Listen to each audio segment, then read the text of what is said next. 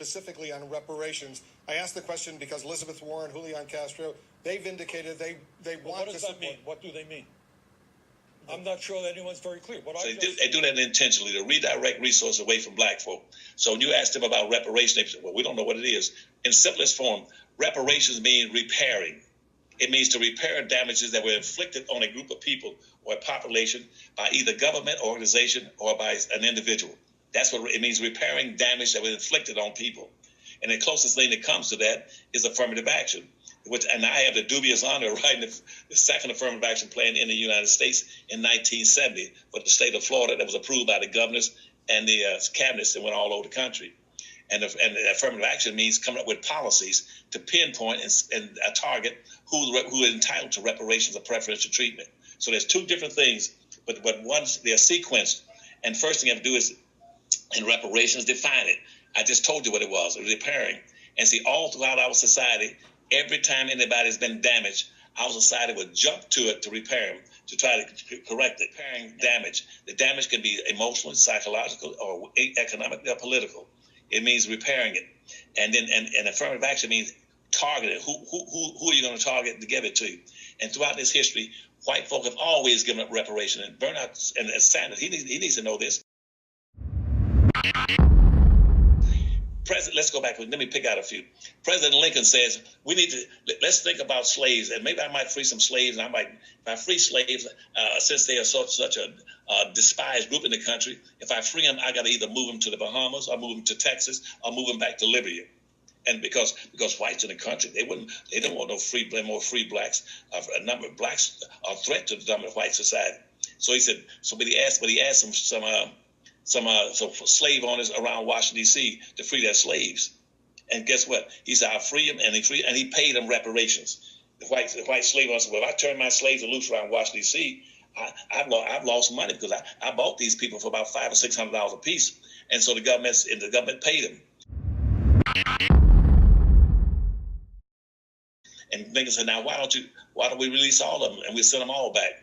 And the government said, we can't afford to pay for all of them. Because right now, this government put in almost $8 billion in the slaves. That was more money invested in slavery. All the businesses and government in the United States put together. The major money put in this country up to that point was all enslavement. And after slavery ended, here comes President Johnson that replaced him. And reparations, they said, we owe black folk something because the radical Republican says that black folk must minimally have 40 acres of mule and $100. We can't give them 300. We can't give them 100 acres and 40 acres and $100 and a mule. And so when they said that, they said, well, we'll put up a Freedmen Bureau and consider it. And they put some money into it. And guess what? President Johnson says that money should not go to black folk. It should go to the Southerners. And so what he did, they took all those monies coming in the Freedmen Bureau out of it and stripped it and gave back all the land that the Southern Confederate owns, all those plantations, all that land throughout the South that they had lost because they went to war with the United States. President Johnson gave back all that money, gave back all the land, then also took all the money out of the Freedmen Bank and gave that to them too, so they have something to live off of and be able to feed and clothe and buy housing and furniture.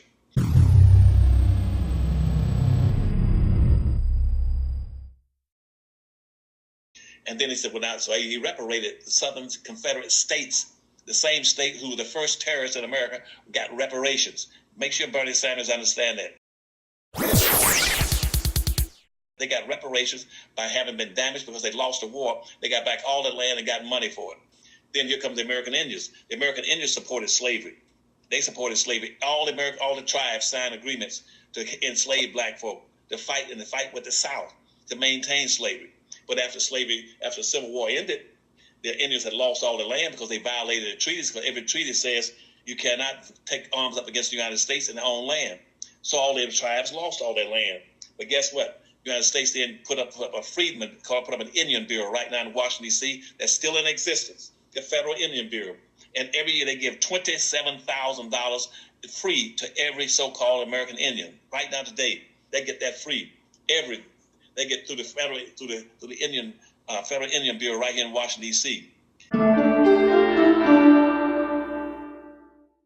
And down in even though they were slave traders, they were slave hunters, and they were slave owners, the Indian slave traders are getting reparations.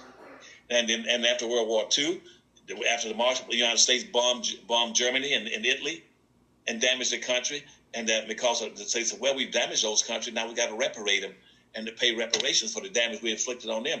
So they came up with a Marshall Plan. The Marshall Plan, they put in $7 billion to repair Germany and Italy after World War II bombing, because that was to make up for the damages that the government inflicted on those European nations. They said, well, we damaged those countries, that's reparation. They said, well, who else? We dropped an atomic bomb on Japan, on Hiroshima and Nagasaki. And guess what? The United States said, well, we got to pay reparations to them. And so they came up with a .4 program. Okay? And they reparated Japan for dropping the bombs on and rebuilt Japan because they damaged it. Reparation means repairing for damages. They got reparations.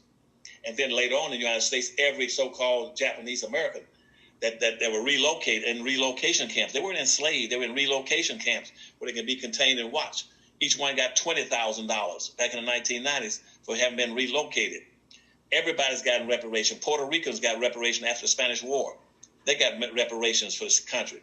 When we took the Southwest from Mexico, New Mexico, Arizona, and California, the United States paid them $15 for every acre of land in New Mexico, Arizona, and California. They gave it to Mexico, and before they annexed it, they got reparations. Even though they had lost the war, the Spanish-American War, and the Mexican War, they still got reparations. Everybody's got reparations, except black folk. They know it means repairing damage. Now here are black folk that have been mistreated and classified as property in a land, and where everybody else is going to get free land except you.